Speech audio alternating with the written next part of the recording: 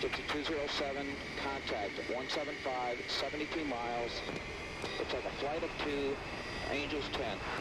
On January 4th, 1989, two U.S. Navy F-14s were directed toward two Libyan MiG-23s. The seasoned Navy pilots, accustomed to deterring MiGs, advanced head-on against the approaching enemy aircraft. Unlike previous encounters, the MiGs maintained their course, prompting the air warfare commander to authorize engagement.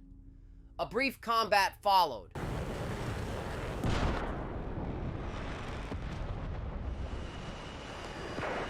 Good hit on one. Roger that. Good kill. Culminating in the destruction of the MiGs. This incident echoed a similar confrontation on August 19, 1981, when another pair of U.S. F-14s downed two Libyan Su-22s in the Gulf of Sidra incident. These events, reminiscent of scenes from the movie Top Gun, solidified the formidable reputation of the F-14. Simultaneously, during the 1980s, Iranian pilots were also actively deploying the F-14 in combat, achieving notable successes. The saga of these F-14 aces began in the 1970s under the rule of Shah Mohammad Reza Pahlavi of Iran. Starting in the 1950s with the White Revolution, the Shah aimed to elevate Iran to Western developmental standards. During this period, Iran, aligned closely with Western powers, was considered a key ally in the Middle East. In the early 1970s, the Imperial Iranian Air Force sought advanced fighters to counter emerging threats, especially from the newly introduced MiG-25. The enigmatic capabilities of the new MiGs prompted Iran to seek a robust deterrent for its northern borders. Iran evaluated both the F-15 Eagle and the F-14 Tomcat, eventually selecting the F-14A as its premier combat aircraft after demonstrations in the U.S. excluding certain classified components reserved for U.S. Navy use. Iran received 13 fully equipped F-14s with Phoenix missiles in 1976, the first batch of a total order of 80 aircraft and 700 missiles.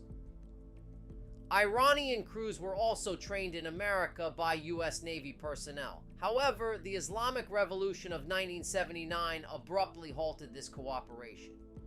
The fall of the Shah and the emergence of a regime hostile to the West led to the cancellation of all military agreements with Iran, including the F-14 and Phoenix missile orders. All F-14 personnel were instructed to evacuate the country and salvage whatever equipment they could.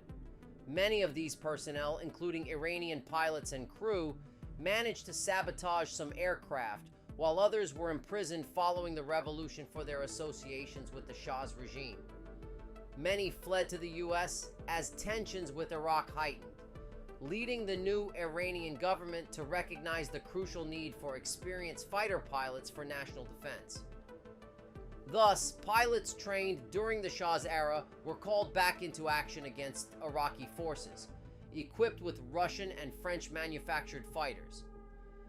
For Iran, the F-14 became an essential component of both their defensive and offensive strategies.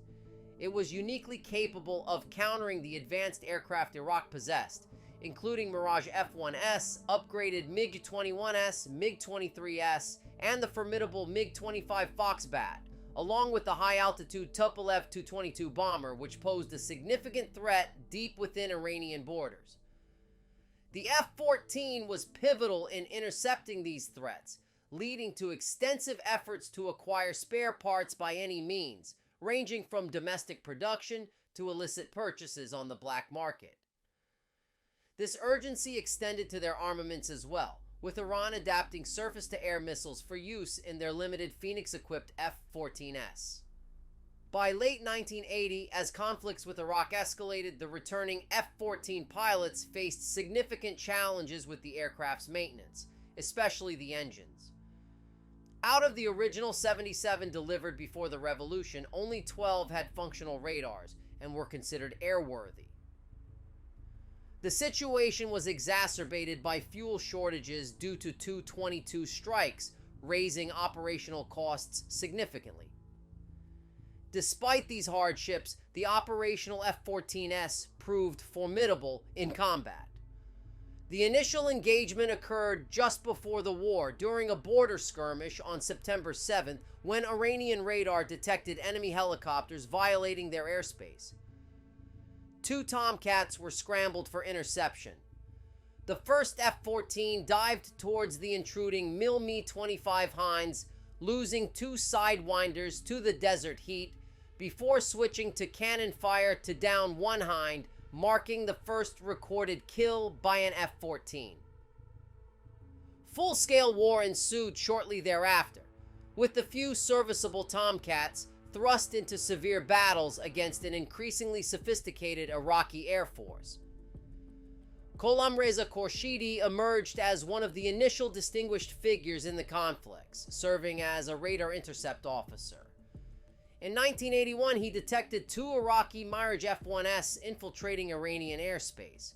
Sequentially targeting them, Khorshidi launched a Phoenix missile at each jet, destroying the leader and impairing the accompanying aircraft. This event is believed to be the inaugural air-to-air victory achieved with a Phoenix missile, as well as the first occasion on which the Iranians shot down the sophisticated French Mirage in aerial combat. Over the ensuing years, 12 flying aces were confirmed, including notable pilots such as Jalil Zandi, Fazlollah Javidnia, and test pilot Fareydun Ali Mazandarani, each securing 10 or more aerial victories, a feat that distinguishes them in the era of jet combat. Jalil Zandi is perhaps the most celebrated of these aces, recognized both within Iran and internationally, partly due to his early accomplishments in the F-14, making him ostensibly the first among the trio to achieve 10 kills. At one point, he was regarded as the top-scoring F-14 ace globally.